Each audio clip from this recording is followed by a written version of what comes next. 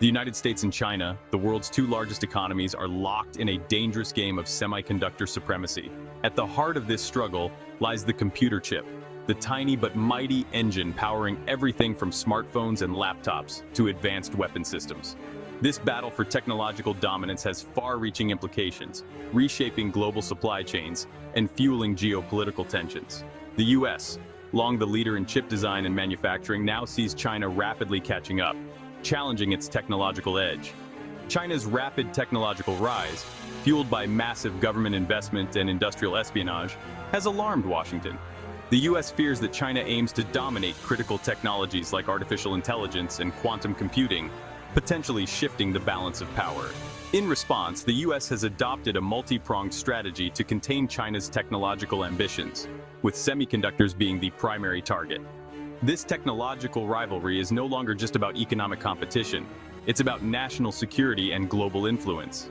The Biden administration has doubled down on efforts to stifle China's chip industry, imposing sweeping export controls on advanced semiconductors and chip-making equipment to China.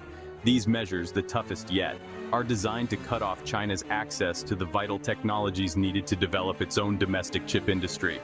The U.S. has also aggressively courted allies like Japan, South Korea, and Taiwan, forming a Chip 4 alliance to secure critical supply chains and reduce reliance on Chinese manufacturing. The United States has long used its technological prowess as a tool of foreign policy, and the semiconductor has become a weapon of choice in its strategic competition with China. By restricting China's access to advanced chips, the U.S. aims to slow down its technological progress and maintain its own military advantage. The U.S. government argues that these restrictions are necessary to protect national security and prevent sensitive technologies from falling into the wrong hands. However, these actions have drawn sharp criticism from Beijing, which views them as an attempt to stifle its economic growth and technological rise. The semiconductor battle is also playing out in the commercial sphere. American companies like Intel and Qualcomm, once dominant in the Chinese market, are now facing increasing competition from Chinese rivals. Huawei, once a major customer of American chip makers, has been forced to develop its own chip design capabilities after being blacklisted by the U.S. This decoupling of the U.S. and Chinese tech sectors is likely to continue, leading to a more fragmented and less efficient global technology landscape.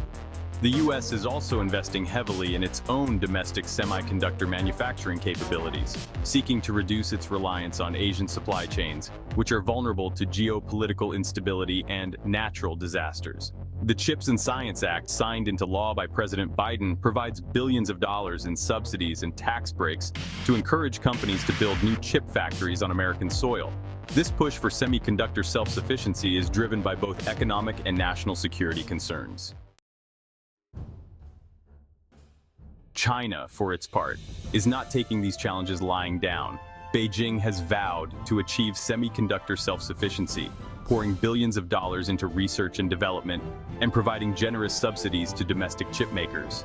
China's goal is to build a world-class semiconductor industry that can meet its own needs and eventually challenge the dominance of the U.S. and its allies.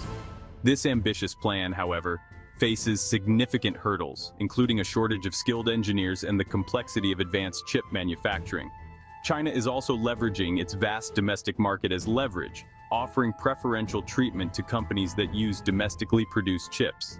This strategy aims to create a captive market for Chinese chip makers and accelerate their technological development. Furthermore, China is actively seeking alternative sources of chip-making equipment and materials, reducing its dependence on U.S. and European suppliers. However, China's efforts to achieve semiconductor independence are hampered by several challenges. The country still lags behind in key areas like lithography, a crucial step in the chip-making process.